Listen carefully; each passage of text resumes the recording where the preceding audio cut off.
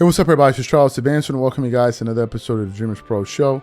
We cover everything from sports, hot topics, classic debates, entertainment, and we give you guys a fresh perspective on things and how we see them. So let's get into the topic here.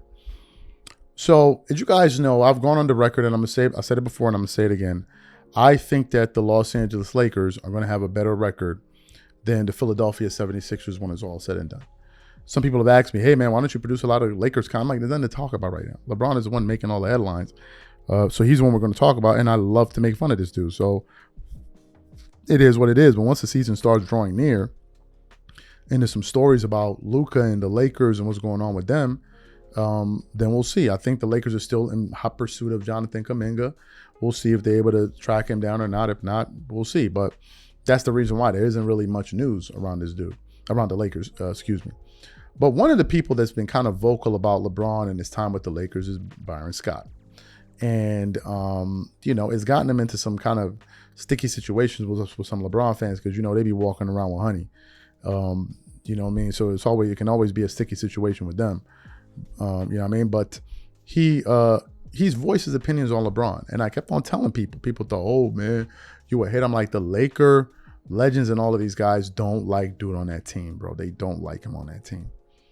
A lot of them are just going to be diplomatically correct, the worthies and all of them, but behind the scenes, I'm giving you the facts. If you guys remember, heading into this offseason, there was this whole conversation about what was LeBron going to get paid. And I want to say this because LeBron and his agent, man, y'all be lying so much. Like, we expose all of the lies from Sean's and Brian Windhorst throughout the summer, but y'all are on a all-time lying spree. Like, first of all, the reports were, it's just one lie after the other. The reports were, LeBron is going to seek something that represents his market value. Y'all remember that, right? Then when they found out it wasn't going to be about the money, and the Lakers were not going to pay him the money, then it's like, it's no longer about the money. It's about happiness. That's the main thing right now, about my happiness and this and this and this and family and all of this. And then guess what happened? He goes signs with the Philadelphia 76ers. And then it was like, there's going to be a challenge to my family. Like, why y'all like y'all be lying like as if we ain't got video footage of y'all, man. Like, it's just crazy. Like, it's crazy with y'all shenanigans and all of this, right? But Byron Scott and these guys were not, I kept on telling you. And then I remember Byron Scott mentioning it before a few weeks ago where he said, what irks him is that LeBron is willing to play for less for another team, but for the Lakers, he wants the full max. And he said that that's something that really annoyed him. So today on their latest episode, let me give you guys the what is it? Let me direct you guys to their channel.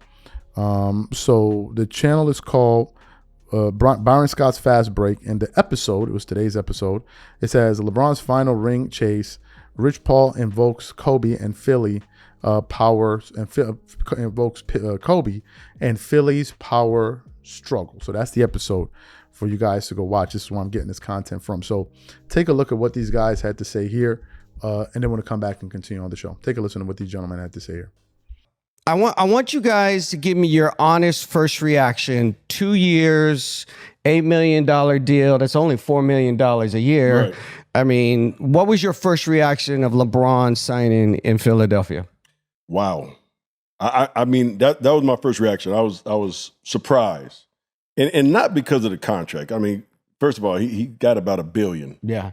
So we know $85 million off the court. Yeah. So annually. We know that wasn't the thing that was going to be the deciding factor on where he was going. He has enough money. So it's all about trying to win, right? And again, I said this in February, 6 months ago, damn near, that, I thought that this would be his last year in LA and that he probably would go back to Cleveland. So I was still feeling pretty good about that. So when he went to Philly, I was a little surprised. Wasn't surprised about the contract, but just surprised that he went to Philly, especially after they just got Jaylen Brown. Mm. That's the thing that really kind of surprised me. My first reaction was, I told y'all.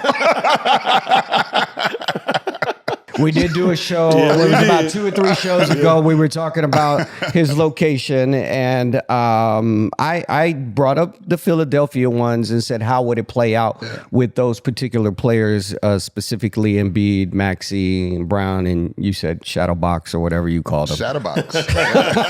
If Shadowbox stays healthy, but it's funny though, to B's point, the contract was never going to be the issue, but it's also like a slap to the face of the Lakers. Like, yo, I'll go somewhere else to make $8 million for 2 years and re-sign with you guys. So that was like that. That's that backstory that no one's talking about as well. And I think his time in LA was definitely up.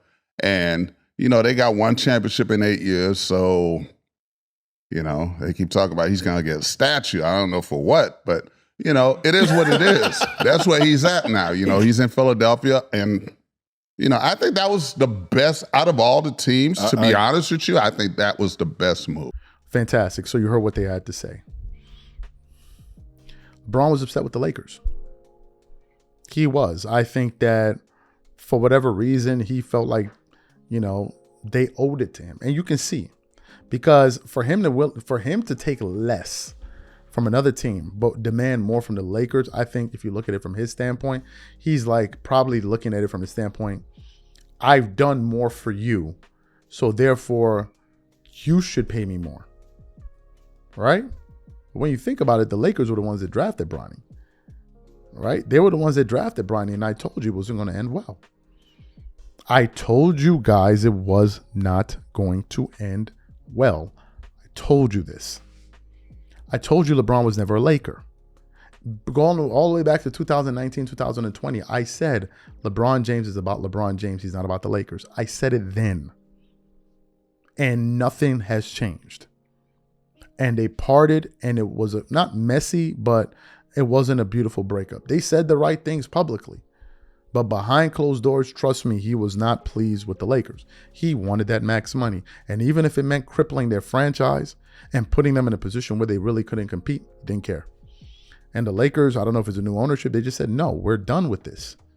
We are done with this. And then from that point forward, it's going to turn into a media smear campaign against the Lakers. That's why I guarantee you're going to hear more negative things said about the Lakers this season than they did last year.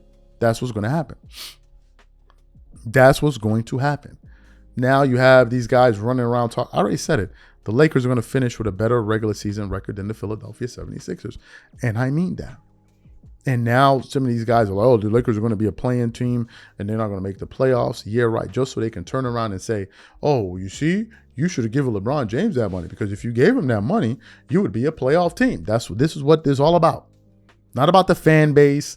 None of that. It's all about him. And I think Byron Scott and these guys, they had enough. And now they're no longer biting their tongue. Now, especially that dude is not a Laker, they're really not biting their tongue. And I think the way that Byron Scott feels is the way a lot of these guys felt, but they don't want to come out there and look like they're attacking one of their own. That it's all politics. They will say one thing privately, but outside they'll put on the NBA phase. But behind the scenes, because at the end of the day, they're still people. Yeah, Lakers, what they are is for their career, but these are still human beings.